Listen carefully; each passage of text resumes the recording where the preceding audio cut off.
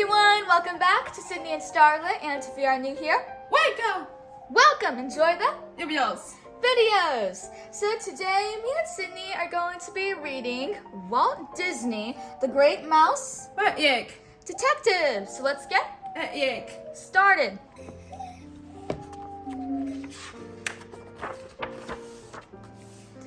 Once upon a time, in the kingdom of Mice, England, reigned a queen called Mousestoria.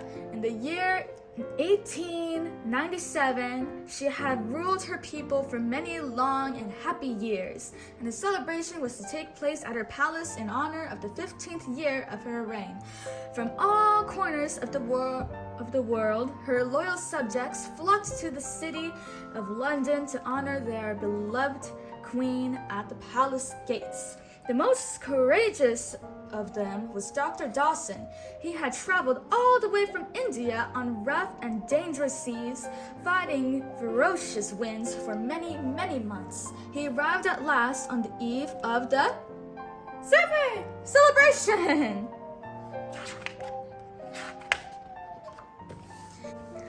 Nearby, another special day was being celebrated. Little Olivia had just turned 10. Good. Her father, Hivam Flowersham, was reputed toy maker for his daughter's birthday. The clever toy maker had made a mechanical mouse. Though it was made of cardboard and paper, the mouse could nod its head, move its tail, and little feet just like a real one. It's a mechanical mouse, Flowersham explains to the wide-eyed Olivia as he set it dancing. No sooner had he spoken these words when a huge shadow swept across the room. An ugly bat with huge wings crashed in through the window. "Hurry, Olivia, hide in the closet," shouted Flowersham. Olivia quickly slipped into the closet and watched the horrifying creature grab her and fly away with him. Meanwhile, Dr. Dawson had taken a cab. After a few detours through the narrow streets, he called to the driver, "Let me off, please," with his bag in one hand and his umbrella in the other. He continued his journey on foot. Somebody had told him that not too far from there he could rent a room. As Dawson crossed the street, he saw little Olivia. She was sitting on the curb of the sidewalk, weeping. Why are you crying, little one?" he asked Dawson. "They took my daddy away," she sobbed, and the only one who could ever find him and bring him back is Basil, the great mouse detective." "Basil," said Dawson, surprised. "I was just told to go to his house to rent a room. Why don't we go there together?" After a short walk, they reached Basil's house. It stood high on a hill in a very nice neighborhood. The housekeeper opened the door. "Good evening, ma'am. My name is Dawson. I would like to rent a room, please. I'm afraid Mr. Basil isn't in yet, but he shouldn't be long. If you would like to wait, I'll make some tea," said the housekeeper. "Please come in." Once in the house, they headed for the living room. The tea was good, but they waited for Basil for a very long time. All of a sudden, a beggar with an old ragged coat and crumpled hat stormed in. In no time, off came the coats, the hats, the false beard and nose, and who appeared but Basil! Little Olivia couldn't believe her eyes. "To lead a successful investigation," explained the housekeeper, "Basil must go undercover. Yesterday he went out as a priest, and tomorrow, well, he'll go out as a bride." Tonight I'm a crack shot," Basil said, and he fired his gun. He glanced over at Dawson. "Your name is Dawson, isn't that right?" he asked. "You love pudding, but you're not too keen of walking. You just came back from India for the Queen's anniversary, and you are looking for a room to rent." "You're entirely right. How did you guess all this?" asked Dawson, taken aback. "Elementary, my dear Dawson. That's my job," replied Basil. "With that method, do you think you could find the ugly bat who took away my daddy?" asked Olivia. "A bat?" questioned Basil. "Describe him to me." "He had big bulging eyes and a wooden leg. There is no doubt whatsoever, Olivia interrupted Basil, that the bat in the question is Fidget. He sat down in his armchair and lit his pipe. Fidget is working for my academy in Radigan, he continued. Radigan believes he should be king, but he is only a rascal. We must find his hideout and rescue your daddy as soon as possible. Radigan also lived in London, but in a hidden underground palace. He had gathered his subjects around his throne and was telling them his master plan. Everybody here knows who Queen Mouseteria is, he said, holding up a picture. Everyone knows who Wiri is, he said, holding up a picture of the queen.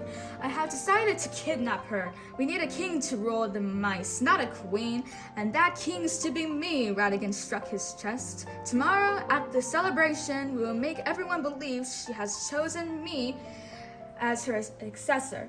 And how will you do that? Asked his subjects. Ah, one must be very clever indeed, he hissed. We shall put someone in her place. Hooray, shouted the crowd. Long live Radigan! Can you say Radigan? Radigan. Yuck. But Radigan wanted more cheers, more hoorays. Furious, he grabbed a poor mouse out of the crowd and summoned with a little bell Felicia, the fat palace cat who had weakness for mice. Eat the imbecile, Felicia, he ordered. In one quick bite, Felicia swallowed the poor victim. Now you know who is king here, Radigan said, striking his chest once more. Radigan went to the dungeon where he held Flowersham prisoner. I want a mechanical mouse, roared the ugly rat. Flowersham, do as I tell you or else. Never, cried Flowersham. I will never betray my beloved queen. We'll see about that, snarled Radigan, and he left to find Fidget the Bat. Meanwhile, night had fallen on the city, and Dawson were still at Basil's, wondering what to do. They had agreed that nothing could be done without first getting some evidence against Radigan. Watch out, Olivia cried out suddenly. She had caught a glimpse of Fidget outside the window, but the bat had not spotted her. He was looking in the window, and then he turned away and walked down the street. She told her friends. What a stroke of luck! Let's go outside and look for footprints, suggested Basil. Basil was right. Fidget had left many footprints on the sidewalk. We can't mistake Fidget's footprints because of his wooden leg, explained Basil. But rain started to fall and the footprints disappeared one by one. Look here, said Dawson, waving a cap in his hand. That must be Fidget's cap. He most likely dropped it as he walked, said Basil. Good work, Dawson. It's just the piece of evidence we needed. I think we'll make you my partner, my friend.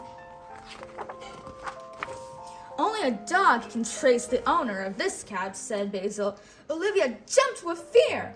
You needed to be scared, Olivia, said Basil. Toby is a friend and will help us find Fidget. His master is a colleague of mine, the famous Sherlock Holmes. When the three friends arrived at Toby's house, they slipped in through the air vent.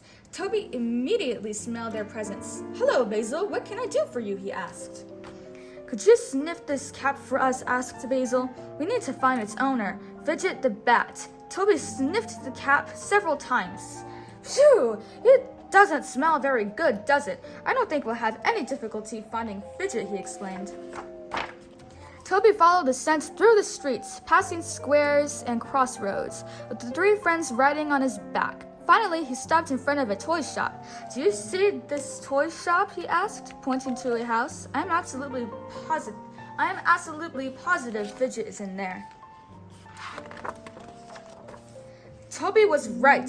Fidget was in the store rummaging through toys. Radigan had written a list of things needed to make a mechanical mouse, and Fidget was now stealing the straps, pulleys, screws, and caps that were necessary. The wicked bat was also stealing uniforms off toy soldiers, too small for humans to wear, but perfect fit for mice. Basil, Dawson, and Olivia wasted no time. Toby opened the window, and 3 friends slipped inside the shop. Toby was too big to follow them. Good luck, he whispered to them before he left, but Fidget had a very good ears. He had overheard and quickly hid in a row of toys. Where on earth was he gone? Where on earth has he gone? Wondered Basil aloud as they looked around the shop. Very strange indeed, whispered Dawson. But there is something even stranger. None of these toy soldiers have any clothes on. Olivia answered with a scream. She had spotted Fidget behind some toys. Basil and Dawson were so startled by her scream that they stopped dead in their tracks. Fidget grabbed Olivia and showed her in his bag. Before anything could be done, the bat had escaped with Olivia through a hole in the roof. Help! Help! Yelled Olivia from the bottom of Fidget's bag. Don't worry, Olivia, we'll rescue you! Shouted back Basil. He dashed up a pile of wooden blocks in pursuit of Fidget. Dawson charged after him, but before either could reach the top, the whole pile tumbled down on them. Fidget took Olivia directly to Ratigan, the cruel rat, who brought her down to the dungeon where her father was held prisoner. Aren't they adorable? He hissed as father and daughter hugged. Raising his voice to a roar, he threatened Flavisham. You are cornered, Flavisham. If you don't do as I tell you, I'll have Felicia feast on your darling daughter. Now start working.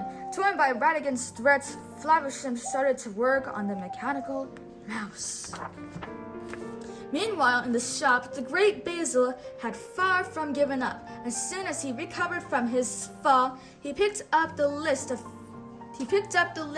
Fidget had dropped in his flight and carefully began to examine it. My dear Dawson, everything one needs to know is on this list, explained Basil, but only for those who know how to see. With careful examination, I can tell you where it came from, where it's been, and who held it. We'll soon know where Ratigan is hiding. Ratigan had no trust in Flavisham and decided to keep Olivia as a hostage. Fidget, he bellowed, put Olivia in this bottle. If this little crybaby escapes, I'll have Felicia feast on you instead. But your majesty, what have I done? Whined Fidget. You lost the list, didn't you, you fool? I think I'll have you punished right now with great pleasure. Ratigan shook his little bell to call Felicia.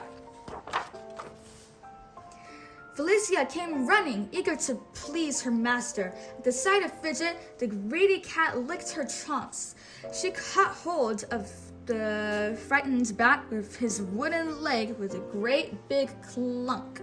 But just as she was about to swallow him whole, Ratigan ordered, "Put him down, Felicia. We will let him go for the time being. Who knows, he might still be of some use to us." Felicia reluctantly let her prey go with a disappointed groan. That night, disguised as a captain and his ruggish first mate, Basil and Dawson went to one of the sailors' bars on the harbor. "Let's sit down, Dawson," whispered Basil. "If Ratigan lives nearby, as we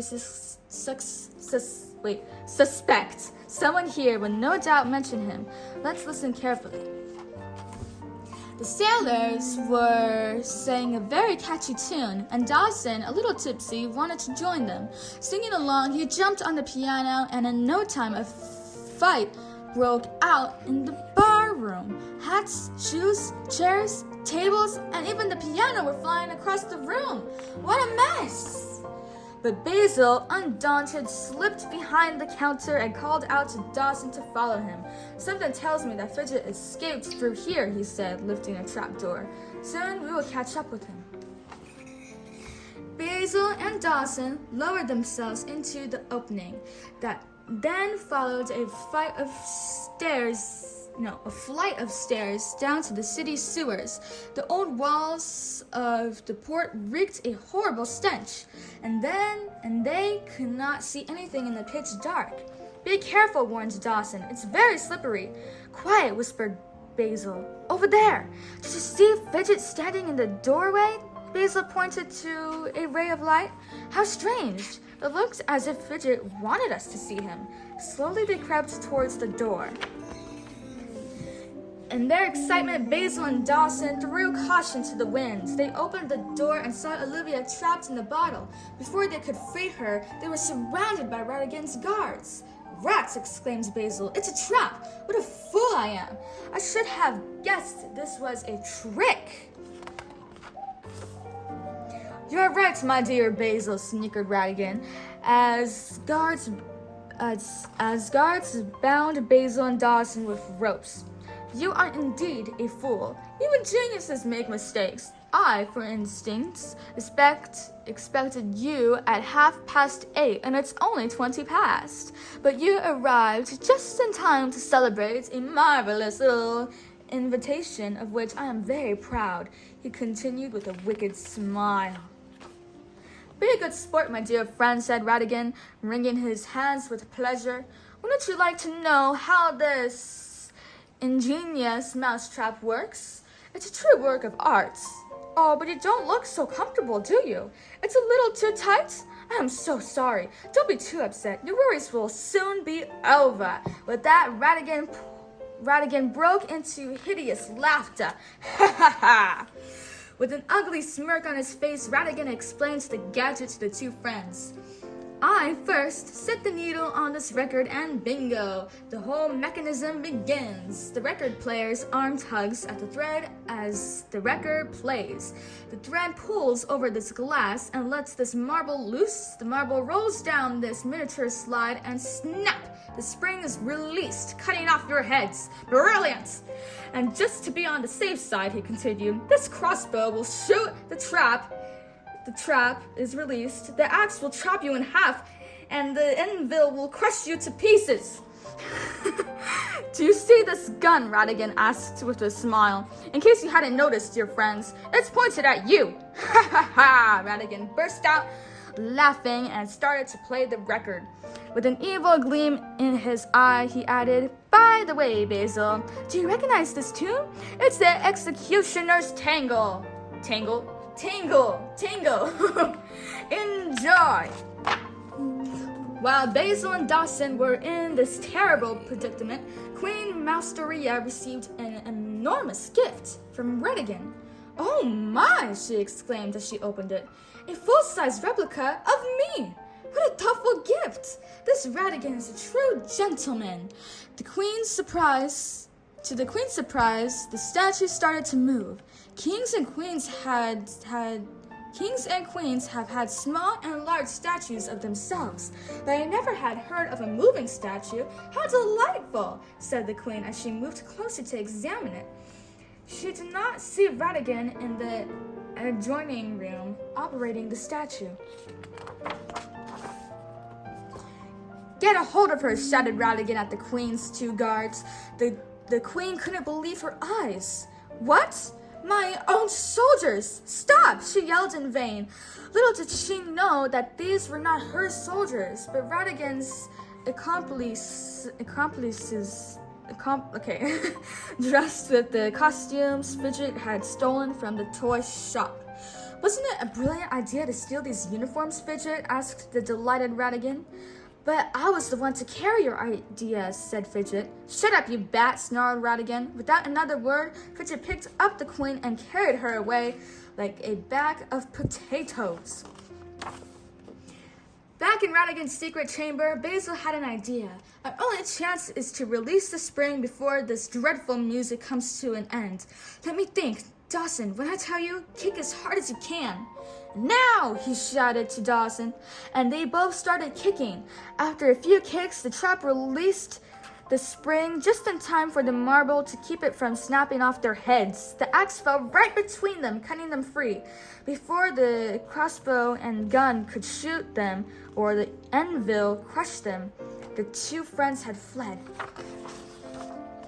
Basil and Dawson rushed to free Olivia from inside the bottle. They found Toby, who had tracked them down, and rode on his back to the Queen's palace as quickly as they could.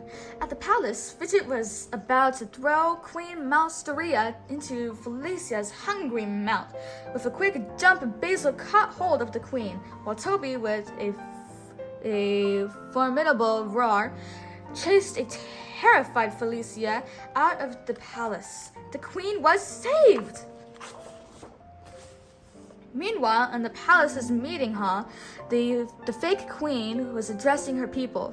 My loyal subjects, at 60 years of age, I am old enough to be a grandmother. Instead, I have found my true love and will remarry.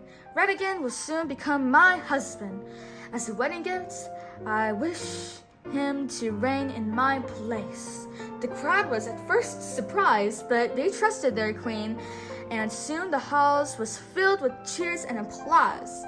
They could not see Flaversham behind the stage, forced by Redigan to operate the mechanical mouse.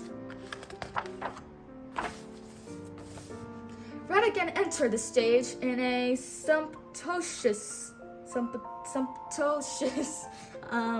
royal robe.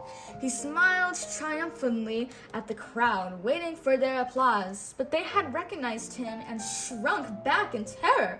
They knew that the chosen husband of their queen would not address them kindly. I, Redigan the First, he shouted, King of the Mice, hereby declare slavery restored, a tax raise of 100%, and the immediate execution of all prisoners to free the prisons for more offenders. Let me add, you fiends, that I am the most handsome, intelligent, and supreme being of this kingdom. You, by comparison, are a bunch of idiots, morons, and fools. Just as Redigan finished his cruel speech, Basil, Dawson, and Flaversham and Olivia ran out onto the stage. Listen, everybody, Basil shouted. Redigan is an imposter. With one swift kick, the mechanical mouse fell to pieces. The crowd was furious. This fat rat is a liar. Let's get rid of him. Everyone rushed to the stage, but Redigan was quick as lightning. He swooped down, grabbed hold of the little Olivia, and escaped before anyone could catch him. Redigan had thought of everything. Outside the palace gates, a small dirigible was waiting for him in case something went wrong. He pushed Olivia into the basket and soon were flying up toward the clouds. He fooled us, sighed Dawson. Flaversham nodded sadly in agreement and collapsed with grief on the ground. But Basil was already hard at work building a second dirigible out of wood planks, children's balloons, and the Queen's flag. In no time, they were flying up into the sky in pursuit of Redigan. With the next gust of winds, they caught up with Redigan's dirigible. That word. There is only one solution. I've got to jump into their basket, said Basil. But that's impossible, cried Flaversham. He's right. You can't possibly do that, seconded Dawson. But Basil had already jumped. He landed right next to Redigan, who was so surprised that he let go of the dirigible's steering wheel. Watch out! The clock tower, shouted Dawson and Flaversham. But it was too late. The dirigible crashed into the clock tower. Redigan let go of Olivia, and she fell into the clockworks. Don't worry, Olivia, shouted Basil after her. I'm coming! Grabbing a hold of a rope, Basil swung to where Olivia had fallen. He tied a rope around her, and with a strong push, he swung her to her father in the dirigible. Little Olivia was finally safe in her father's arms. But Basil's troubles were not yet over. Ratigan was furious. He threw himself at Basil with the force of a wild tiger. Basil jumped to the side and struck his enemy over the head. Ratigan turned around and snarled, "You imbecile detective! Wait until I get my hands on you!" But Basil had already thought of a plan to trick Ratigan. He moved back on the clock's big hands, hoping Ratigan would follow him there. Suddenly, the clock struck the hour. Dong, dong, dong. The whole tower shook with the sound of thunder. Basil had held on tight to the clock hand, but just as expected, Ratigan was taken by surprise. The ugly rat lost his balance and catapulted off the clock hand into the void. "You'd better say your prayers quickly," shouted Basil after him. He then leaped off the tower into the dirigible and joined his friends. That word. I laugh every time. "How can I ever thank you enough?" Queen Mousteria had said when the four friends returned to the palace. "You saved my country and me from a most horrible and cruel rat. Thank you." But Basil wanted to thank Dawson for his help.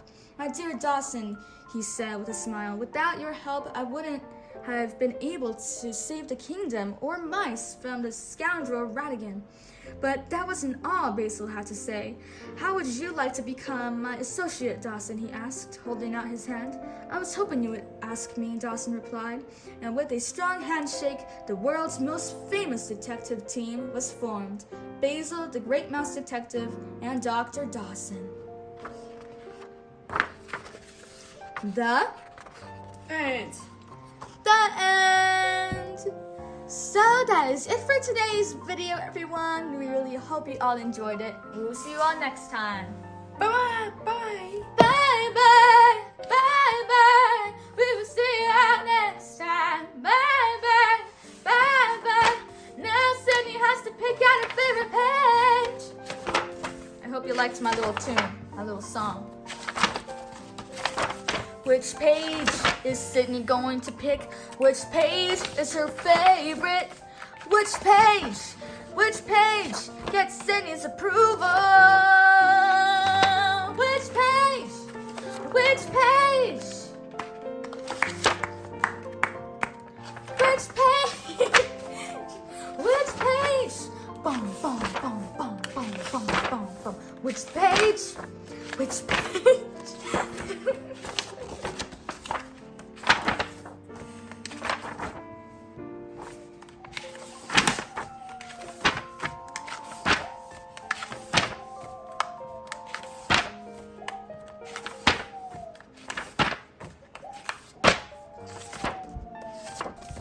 Oh, she's going back. What's it gonna be? What's it gonna be, little Kipling? Oh, yeah! Alright, which character? Okay, the dog name is... wait. Toby. That's Toby. Toby! Bye-bye, everyone. Have an amazing day. You can close the book. There we go.